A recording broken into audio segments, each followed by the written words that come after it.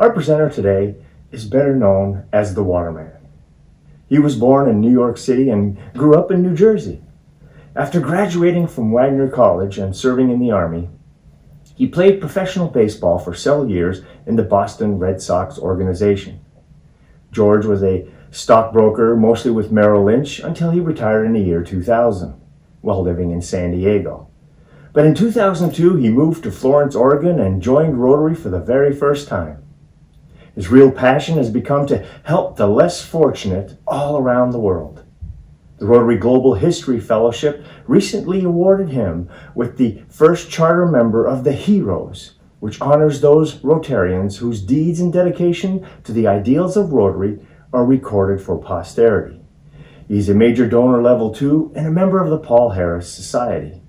The trustees of the Rotary Foundation bestowed George with the prestigious Citation for Meritorious Service Award. He currently is a member of the Rotary Club of Lakewood Ranch, Florida. He is here to inspire us today on being who we can be to serve the most as Rotarians, as people of action.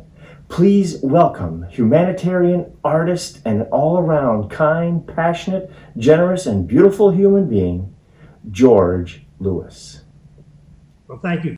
You know, life should be an exciting adventure. You should wake up every morning and say, Rotary, thank you. Thank you for giving me the opportunity to serve, to give something back to the community, to help the less fortunate people around the world have a better place. You know, I think most people join Rotary for that specific reason. They really want to serve. They really, really want to do good. But unfortunately, a lot of Rotarians are like a lot of people. They really want to do good, but they just never get around to doing it. I think the reason is they're in a box. I call this a conformity box. Now, when you're in a conformity box, you don't take any risks. You fear failure. You don't want to change anything. So, but I don't have any problem if you're in a conformity box as long as you're happy. But if you want to soar like an eagle, you got to get out of that box. And in order to get out of that box, you have to be able to do one very important thing. You have to be able to take action on those things that you want to do. Now you say, well, that's easy. I can do that. Well, in reality, it's not very easy. Let me give you an example. Let's say you go to the doctor and you're 50 pounds overweight. The doctor says to you, you know what? If you don't lose 50 pounds, you're going to die. You say, wait a minute. I don't want to die. So immediately you say, I'm going to go on a diet. And you start thinking about all the great things that are going to happen. I'll look good. I'll feel good. I'll have less chance of getting a heart attack or dying. I can get new clothes. All my friends will be praising me. You can go on and on and on with all these great things that are going to happen to you. So why don't that people go on diets? Why don't they lose the weight? The reason is they don't look on the other side of the equation. I call these rotten, stinking deterrents. They want to sabotage your goal. So if you really want to lose weight, you have to give up pasta and desserts and beer and martinis. And you got to get on a treadmill or walk around a block a few times. And you got to drink 8 glasses of water every day. Now, if these things become so powerful that they overtake the advantages, you are not going to be able to reach your goal. So if you really want to do something and to reach your goal, you got to look at these deterrents and you got to beat them with a stick. Get rid of them or minimize them. I'll give you 2 stories. When I was growing up, all I wanted to do was to be a Major League Baseball player. And I must say, with due modesty, I was pretty good. In high school, I was all state. In college, I was all American. In the Army, I was all Army. My first year in the Boston Red Sox organization, I led the entire organization in home runs. I said, holy Moses, I'm on my way. I'm gonna make the major leagues. And I'm on the field one day and a manager comes up to me and he says, hey, George, we got this new bonus, baby. just joining the team. I want you to be his mentor. I said, what do you mean mentor? I can hardly take care of myself. He says, come on, George, you got to do us a favor. You got to be his mentor. I said, okay, what's his name? He said, Carl Yastrzemski. Now, for those of you that don't know baseball, Carl Yastrzemski became one of the very best players in the history of baseball. He's in the Hall of Fame. Well, he becomes my roommate. One day I hit a home run. And I go up to Carl. I said, Carl, we got to go out to dinner. We got to go celebrate. He said, nah, I don't want to go. Come on, Carl, you're my roommate. We got to go. He says, okay, we'll go. We'll go to the restaurant. Sitting down, the waiter comes over. He says, what would you like to drink? I said, I'll have a Budweiser. I said, Carl, what kind of beer you want? He says, I don't want a beer. What do you mean you don't want a beer? You're a baseball player. All baseball players drink beer. So he says, I said, what do you want to drink? He says, I'll have a Coca-Cola. I says, okay. So he's drinking the Coca-Cola. A fan comes up and he says, nice home run, George. Boom, he buys me a beer. A few minutes later, another guy comes up. He buys me a beer. This guy goes on all night. I get to the ballpark the next day. I can hardly see. I mean, my eyes are bloodshot. I got to throw. I don't think I can play. I look out in the outfield. And here's Carl. He's doing push-ups. And needless to say, he made the major leagues and I didn't. Well, maybe that had a little to do with talent. But you know what? I look back at that time in my life and I say, you know, I really blew it. I really didn't take the action needed in order to become a Major League Baseball player. Then while I was in Rotary in 2006, I was just about ready to become president of my club. And the lady came and talked about installing stoves to the poor Mayan Indians in Guatemala. And she said, we need a volunteer. So I volunteered. I had never done anything like that in my life. We go down there and these little Mayan Indians, they're living in these huts with no windows and they had dirt floor. And they have 3 stones on the ground and they put the wood on the stones. That's how they cook. That's how they keep warm. But they didn't have any ventilation. So the smoke comes up and had no place to go. You couldn't see 6 inches in front of yourself. We put the stoves in and all of a sudden they could see. It was wonderful. One day I was outside. I was putting one of the stoves together. I'm on my hands and knees, and I look up, and here's this girl, maybe 13 years old, and she had this huge smile on her face. And I know what she was saying, even though we couldn't speak the language. She was saying, "Thank you, Rotary. Thank you for saving my life, saving the life of my mama, my papa, and all the people in the village." I got up. I went over to her, I gave her a big hug, and after the hug, I looked her in her eyes, and she still had that smile. It changed my life. I said, I got to help these people. This is such a wonderful opportunity that Rotary's given me. And at that time, as you know, you have to have a club in the country and then a club outside the country. So I said, is there somebody, a big man from Rotary here in Guatemala I could talk to? He says, he's right over there. His name is Juan Carlos. I go up to Juan Carlos. I say, Juan Carlos, I'm going to be president of my club. What can I do to help you? He said, well, if you can supply clean drinking water, that would be good. I said, I'll do it. I'm flying back to Oregon. I said to myself, what did I do? What did I promise? My club's been in existence almost 50 years, and we never did a project like this. We didn't have any money in our budget. And all these negative thoughts are coming into my mind. I said, I can't do it.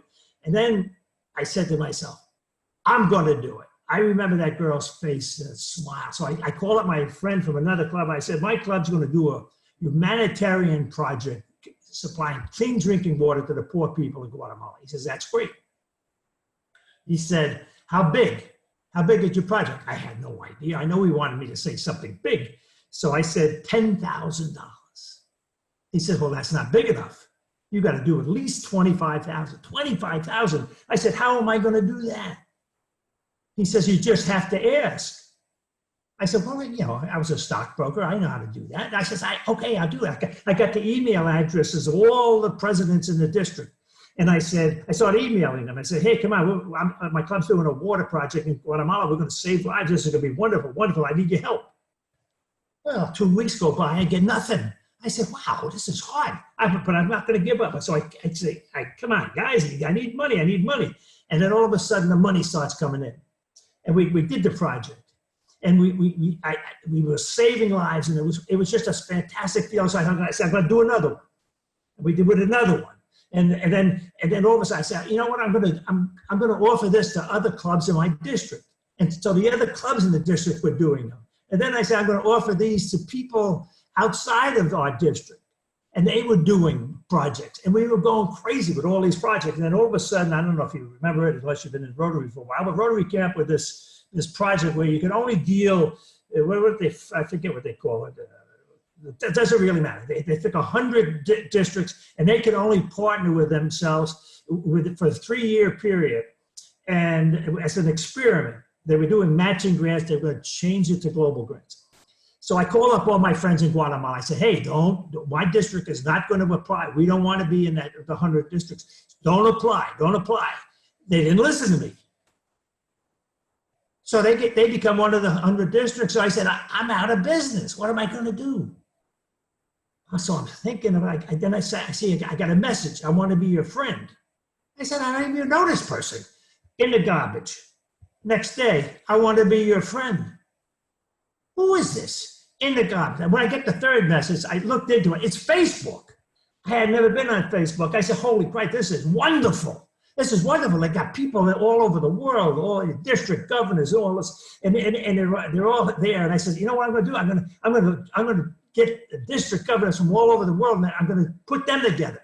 And I put a message there. You want to do a water project? I can help you. And the first guy that answered me was, I was going to concentrate on one country. I picked India. I don't know why I picked India, but it's tough dealing in India. Their names are, their names are 17 letters. I could hardly pronounce any of them. So I got an email back, or not an email, Facebook message back from a district governor in India. He says, I'll do a project. And he says, I'll give you, out of my district, I'll give you $10,000 in VDF, which I had never heard of. I was dealing Guatemala for 5 years, and I don't think they give me a dime. So this was wonderful. So I'm doing it. I'm putting these projects together. And then I went out of India and all of these other countries. Make a long story short, since 2006, I've been able to help over 2 million people get clean drinking water in 37 countries. Now, I look back to that plane ride and I could say, you know what, all those negative thoughts, and they were good negative thoughts, they could have overwhelmed me and I could have not done this. And because I was able to take action, I was able to do it. And it was a wonderful feeling. And you all have that same opportunity. Rotary is so fantastic because it gives us all the opportunity to do something good. But again, it's not easy. A few years ago, I went to, I talked at a Pets. It was a big Pets. They had 5 districts together. It was out in, I think it was in Denver.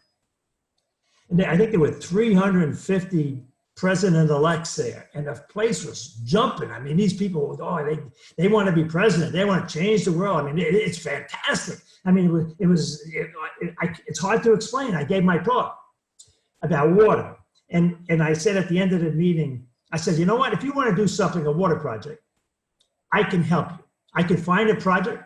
I can find a host country. I can get a host club. I can help you with the paperwork. I can do everything. All you got to do is tell me that you're interested, and we'll make this happen. If you're interested, put your card in this bowl here, and then we'll be in touch. I got 150 cards. I put them all on an email. I bombarded them for a year. I got this project. I got that project. I mean, this country, that country, this country. At the end of the year, when these 150 people who were presidents of their club had this once-in-a-lifetime opportunity to change the world, and they said they want to do it, only 4 did anything. And I'm saying, holy Moses, that's 4 people. The other 146, 150, 146, 146 people that had this once-in-a-lifetime opportunity to do something that they wanted to do, they were not able to take action. So that's what life's all about. You have a goal, find something you're passionate about, and you got to take action. A few years ago, I took my annual physical, and a few days later, the doctor called me up. He said, "George, how do you feel?" I said, "I feel good. I play golf every two or three times a week. I run around the block a few times, and the other days, I feel good." He said, "How's your energy?" I said, "Fantastic." He said, "It's amazing because your physical shows that you lost half of your blood." I said, "Wow, what are we going to do?" He said, "Well, I'm going to send you over to the hospital right now, get a refill." So I went over there, I got the refill. He says, "Well, now we're going to do a colonoscopy, see what happens." So I do the colonoscopy, he calls me, right after the colonoscopy, the doctor talks to me, he says, "George, you got colon cancer." I said, "Wow, cancer." When you hear that word for the first time, it changes your life. Your life has changed. You say, "Holy Moses," you look back at all these things that you did during your lifetime that you're proud of, but you also look back at all of these things that you really, really wanted to do, but you just never got around to doing them. And I said to myself, if I get another chance, I'm going to do these things. I'm going to do them bigger. I'm going to do them better. And I'm going to do them now. Not next year, not next month, not next week, but I'm going to do them now. Now. If you took that attitude on everything you wanted to do in life, you would be a better person. Your club would be better. The district would be better. Rotary would be better. And the world would be better because you are changing the world because you were able to take action. That's what it's all about, taking action. So what am I doing now? Well, when I retired, I took an adult education course or class in oil painting. I had never done that before. I didn't know how to draw. I didn't know anything. So I went to the class. It was myself and 25 ladies. And the teacher said, "Well, here's the sky." And she gave me the paint and everything. And we did it. At the end, I looked at my painting. I said, "Wow, I like it. I like it." And I said, "I'm going to do this." So I started painting. And one day, I was walking down the street in another town, and I came across a gallery. I looked at the paintings, and this is one painting. It was outstanding. And I said, "What the heck? That looks so different." All the paint was really thick and all that. So I go into the store, into the gallery. I said, "What is that guy? How does he paint?" He said, "Well, he doesn't use any brushes. He only uses knives." I said, "What? A knife?" I said, "Tell me, how does he paint with a knife?" He said, "Well, he needs all the paints, all these knives." Where's my knife? Here it is. I used one knife to paint, no brushes.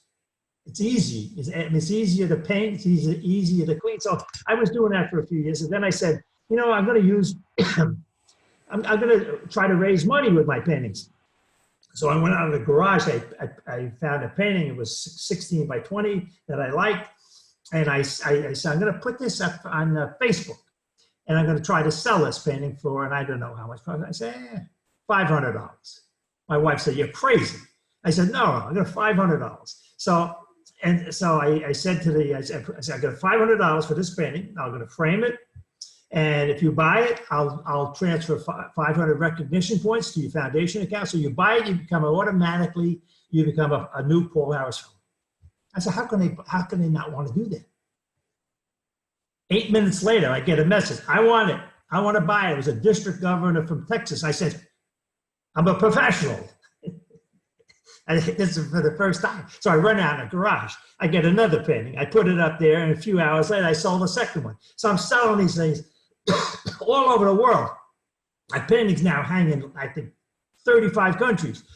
But of course, I always give them a deal. I don't know if they're buying it because I give them a deal or they like the painting, but it doesn't matter. I feel good about it.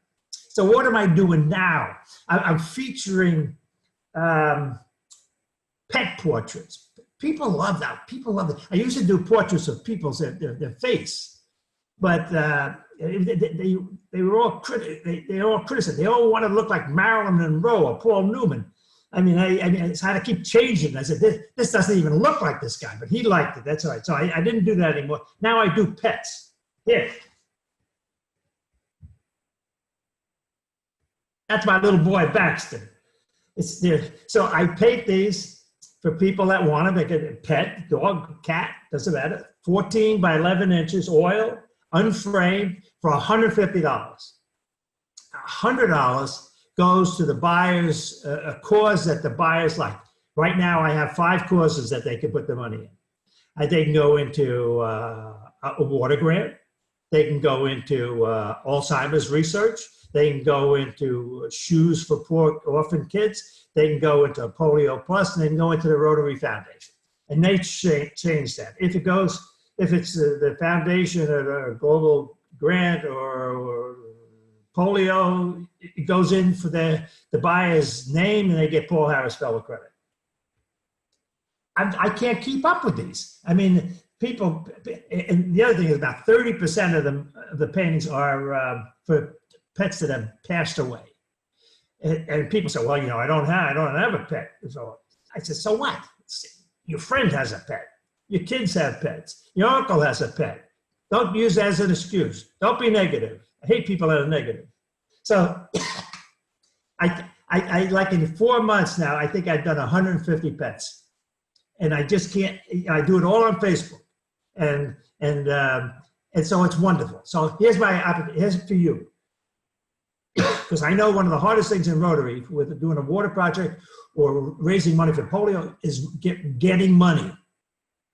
If you have a project in your club, I'll break the rules and I'll do it for your project. You just do the same thing and I'll send the money back to you and it will go into your project. If it's on a district, if you want to do the Polio Plus or the foundation, I'll do that. All I want to do is to make the world a better place and have fun doing it. I'm 86 years old. Remember this.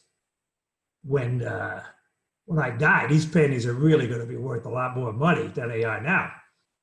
So I enjoyed speaking to you, even though I can't see you, but that's okay. Thank you. How about that? Are you as pumped up as I am to act now? If we even get one thing from George's wisdom, it's this. If you or we have any dream, any aspiration, or any idea that even has one iota of a chance to make a difference in yours, ours, or someone else's life, we must do it now. Not tomorrow, not next year, not after our next challenge, today. We must start today. And you don't have to start from scratch. You can join in and help with any number of our many service projects, like the one mentioned here in this video. Or, if you want to join Rotary in any way, shape, or form, and help us create more synergy by working together, you can contact us at the information here or in the post description that came with this video. Rotarians are people of action. We love doing good. We make things happen. We find solutions. And we base all our choices on truth and fairness, goodwill and benevolence, and building friendships and joy. It's got to be fun to do too. Am I right? How does it get better, you might ask? Well, pretty easy. All you have to do is join us and find out. We'd love to have you. More hands makes less effort. Cheers.